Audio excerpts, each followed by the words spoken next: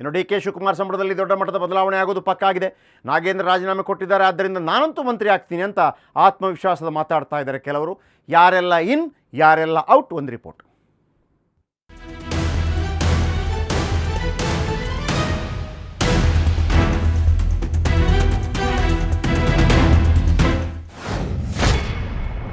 DK ಸಂಪುಟಕ್ಕೆ ಶೀಘ್ರವೇ ಮತ್ತೊಮ್ಮೆ ಸರ್ಜರಿ. ಮಿನಿಸ್ಟರ್ ಆಗಲು 5 ಶಾಸಕರ ತಯಾರಿ. ಕೆಲವೊಮ್ಮೆ ಒಂದೇ ಕೆಲಸಕ್ಕೆ 10 ಕೈಗಳು ಸೇರಿದ್ರೆ ಕೆಲಸ ಕೆಡುತ್ತದೆ. ಸಿಎಂ ಡಿಕೆ ಶಿವಕುಮಾರ್ ಸಚಿವ ಸಂಪುಟ ವಿಸ್ತರಣೆಯಲ್ಲಿ ಈಗ ಆಗಿರೋದು ಇದೆ. ಕ್ಯಾಬಿನೆಟ್ ಅನ್ನೋದೇ ಒಂದು ರೀತಿ ಗಜಪ್ರಸಾವ. ನಾನಾ ಕಸರತ್ತು ನಡೆಸಿ ಸಚಿವರ ಪಟ್ಟಿ ಸಿದ್ಧ ಮಾಡಿದ್ರೂ ಸಮಸ್ಯೆಗಳ ಸರಣಿ ನಿಂತಿಲ್ಲ.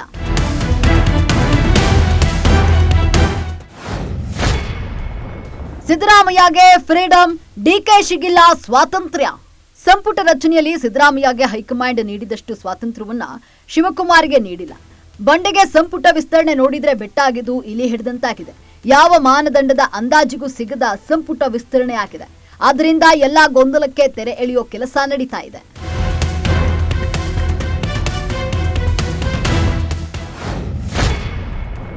ನಾಗೇಂದ್ರ ರಾಜೀನಾಮೆ ಸುಳಿವು ಕೊಟ್ಟ ಕೈ ಶಾಸಕ.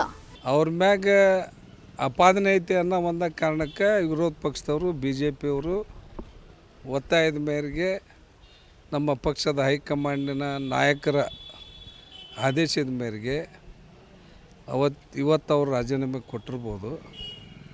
ಕೊಡ್ತಕ್ಕಂಥ ಸನ್ನಿವೇಶನ ಅಲ್ಲಿದು. ನಾನಂತೂ ಮಂತ್ರಿಗಿರಿ ಆಕಾಂಕ್ಷಿ, ನನಗೆ ಚಾನ್ಸ್ ಫಿಕ್ಸ್. ಈಗ ಮಂತ್ರಿ ಮಂಡಲ ಮಾಡ್ಬೇಕು ಅಂತಕ್ಕಂಥದ್ದು ಐತಿ. ನಾವು ಮಂತ್ರಿ ಮಂಡಲಕ್ಕೆ ಅಪೇಕ್ಷೆ ಪಟ್ಟದ್ದೇನು ಕರೆ. ಸನ್ಮಾನ್ಯ ಮಾಜಿ ಮುಖ್ಯಮಂತ್ರಿಗಳಂತ ಸಿದ್ದರಾಮಯ್ಯನವರು ಕೂಡ ನನ್ನ ಪರವಾಗಿ ಹೇಳಿದ್ದು ಕರೆ.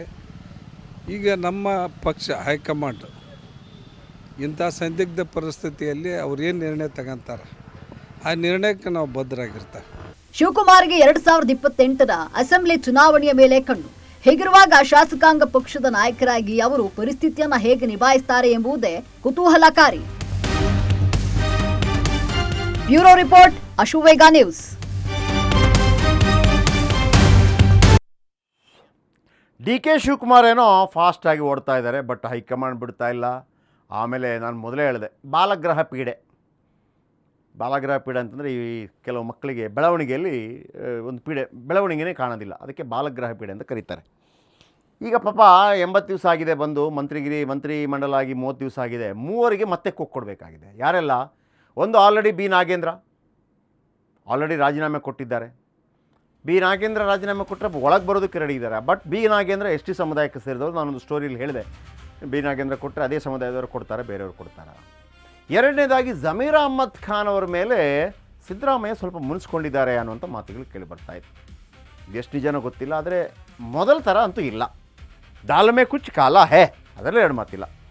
ಜಮೀರ್ ಅಹ್ಮದ್ ಖಾನ್ ಅವರಿಂದಲೂ ಕೂಡ ರಾಜೀನಾಮೆ ಪಡ್ಕೋತಾರ? ಅಷ್ಟು ಸುಲಭ ಅಲ್ಲ. ಮತ್ತೊಮ್ಮೆ ಹೇಳ್ತಾ ಇದ್ದೀನಿ ವೀಕ್ಷಕರೇ, ಜಮೀರ್ ಅಹ್ಮದ್ ಖಾನ್ ಅವರಿಂದ ರಾಜೀನಾಮೆ ಪಡ್ಕೊಳ್ಳೋದು ಅಷ್ಟು ಸುಲಭ ಅಲ್ಲ. ಆಮೇಲೆ ಜಮೀರ್ ಅಹ್ಮದ್ ಖಾನ್ ಸುಮ್ಮನೆ ಕೂತ್ಕೊಳ್ಳೋ ವ್ಯಕ್ತಿತ್ವ ಕೂಡ ಅಲ್ಲ. ಒಂದು ಮುಸ್ಲಿಂ ಸಮುದಾಯದ ಸ್ಟ್ರಾಂಗ್ ಹೋಲ್ಡ್ ಇದೆ. ನಾನಿದನ್ನು UT ಖಾದರ್ ಅವ್ರಿಗೆ ಹೇಳಲಾರೆ, ಅಥವಾ ಸಲೀಂ ಅಹಮದ್ ಅವ್ರಿಗೆ ಹೇಳಲಾರೆ, ರಿಜ್ವಾನ್ ಅರ್ಷದ್ ಅವ್ರಿಗೆ ಹೇಳಲಾರೆ, ಆಮೇಲೆ ನಮ್ಮ ಮೈಸೂರು ಭಾಗದ ಶಾಸಕರಿಗೂ ಹೇಳಲಾರೆ. ಜಮೀರ್ ಅಹ್ಮದ್ ಖಾನಿಗೆ ಆ ತಾಕತ್ತಂತೂ ಇದೆ, ಅದರಲ್ಲಿ ಎರಡು ಮಾತಿಲ್ಲ. ಸೊ ಹಾಗಾಗಿ ಕಾಂಗ್ರೆಸ್ ಸ್ವಲ್ಪ ಆಲೋಚನೆ ಮಾಡೀತು ಅಂತ ಅಂದ್ಕೊಂಡಿದ್ದೀನಿ. ಬಟ್ ಗೊತ್ತಿಲ್ಲ, ಸಿದ್ದರಾಮಯ್ಯನವರು ತುಂಬ ಕೋಪಿಸ್ಕೊಂಡ್ಬಿಟ್ರೆ ಏನು ಮಾಡೋದು. ಇನ್ನು ಮತ್ತೊಬ್ಬರು SC ಬಾಲಕೃಷ್ಣ ಮಾಗಡಿ ಅವರು ಡಿ ಕೆ ಮುಖ್ಯಮಂತ್ರಿ ಅಂತ ಹೇಳ್ತಾನೆ ಮಂತ್ರಿಗಿರಿ ಸಿಕ್ಬಿಡ್ತು ಅವ್ರಿಗೆ. ಈಗ ಅವರನ್ನು ತೆಗೆದು 3 ಸೇರಿಸಬೇಕು ಅಂತ. ಯಾರನ್ನೆಲ್ಲ? ಬಳ್ಳಾರಿ ಭಾಗಕ್ಕೆ ಮತ್ತೊಂದು ಕೊಡಬೇಕು ಅಂತಂದರೆ ಅನ್ನಪೂರ್ಣ ತುಕಾರಾಮ್ ಅವ್ರಿಗೆ ಕೊಡಬೇಕು, ಪ್ಲಸ್ ಮಹಿಳೆಯೂ ಆಗಿಬಿಡ್ತದೆ. ಅನ್ನಪೂರ್ಣ ತುಕಾರಾಮ್ ಅವರ ಪತಿ ತುಕಾರಾಮ್ ಅವ್ರಿಗೆ MP ಸೀಟ್ ಸಿಕ್ಕಿ ಅವರು MP ಆಗಿರೋ ಕಾರಣಕ್ಕಾಗಿ ಕೊಡ್ತಾರೆ ಇಲ್ಲೋ ಗೊತ್ತಿಲ್ಲ. ಸಂಡೂರಿಂದ MLA ಆಗಿರುವಂಥವ್ರು. M Krishnappa Vijayanagara MLA M Krishnappa ಹಿರಿಯರಿದ್ದಾರೆ.